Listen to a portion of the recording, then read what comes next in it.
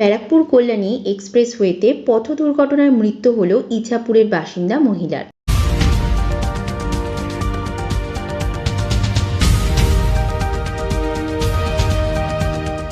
ব্যারাকপুর কল্যাণী এক্সপ্রেসওয়ের পলতাপাড়া এলাকার পথ দুর্ঘটনায় গুরুতর জখম হন ইছাপুর আনন্দমঠ শ্রীনগর এলাকার বাসিন্দা মিনু সেনগুপ্ত নামের এক মহিলা।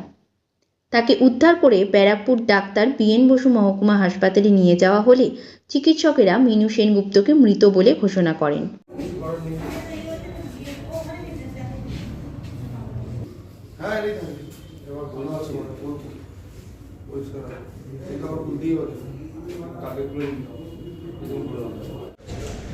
আচ্ছা,